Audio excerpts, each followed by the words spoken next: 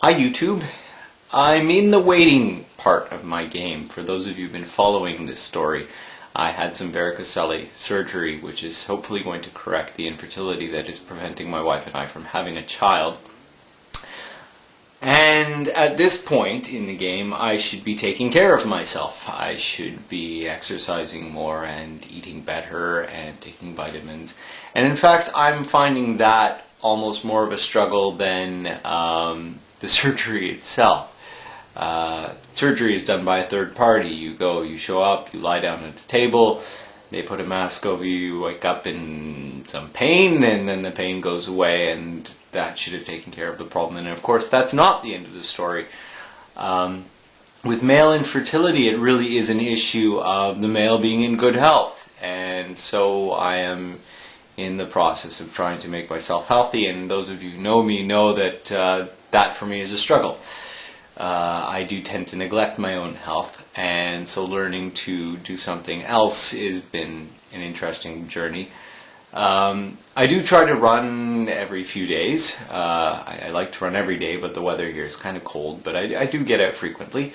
If I don't, my dog gets upset, so I have that incentive. So I am running frequently. I'm trying to eat more high protein kind of things. I've changed to having Homo milk, which should be a luxury. You know, one friend of mine said, "Man, you can taste the cow," which yeah, I suppose I don't know what cow tastes like, but I like whole milk, so that's nice. And so, you know, put on a little weight. I have to start taking my vitamins. I've been dreadful about that, and really I must be better. The stakes are so high. I mean, every day we go and we see people with children, and when I'm lucky enough to cuddle one or two, you know, that's lots of fun, but it hurts that I don't have my own, and really what's standing between me and having that experience might be, in fact, my own ability to take care of my own body. So I'm learning to take care of my own body. As an update to the surgery, no pain whatsoever. All of that is long past, really. This is now just waiting for my body to repair itself, and really learning how to help it do that.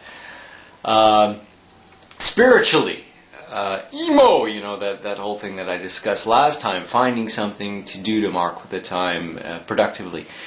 I have been working on Thursdays with a group called Lawyers Feed the Hungry, which I know to some of you sounds like a terrible oxymoron, but it's not that weird, really. There's some money in that community.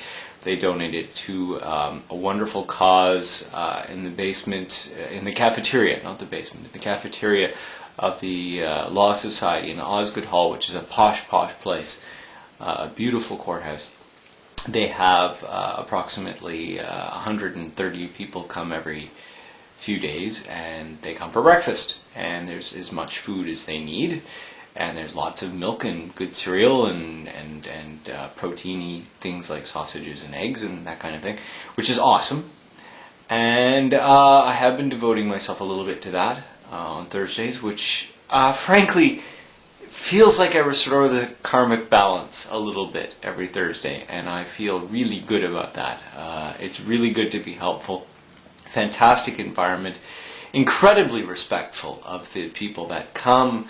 You know, you have really top-notch lawyers. I mean, these are leaders in their fields. Some of them are, I believe, arbitrators and judges. And very down-to-earth, quiet people who remember the names of our guests, and that is extraordinary. You know, we sit and we schmooze when it's quiet. I can sit down and talk to a few of them and listen to what their lives are like, and offer, you know, what little opinion I have. And I find that's really sustaining me. So I would say that's a great step forward since my last post, that I'm doing this, and I've really enjoyed it. I go as often as I can. I'm going to try and go on Sundays as well when I can. And that really sort of adds a little meaning to my life, which is great. But in the end, the great struggle is still that we have no child in our home. We have a beautiful home. We have a home that can take guests. We have a home suddenly that can take guests on a moment notice. We can serve breakfast and coffee and all the rest of the things, but really we want a crib.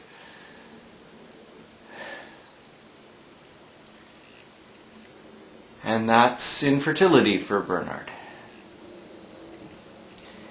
We move on. We continue. Hopefully I will learn to take care of myself. Any suggestions for high protein, high calorie meals that I could make for myself would be greatly appreciated in your comments.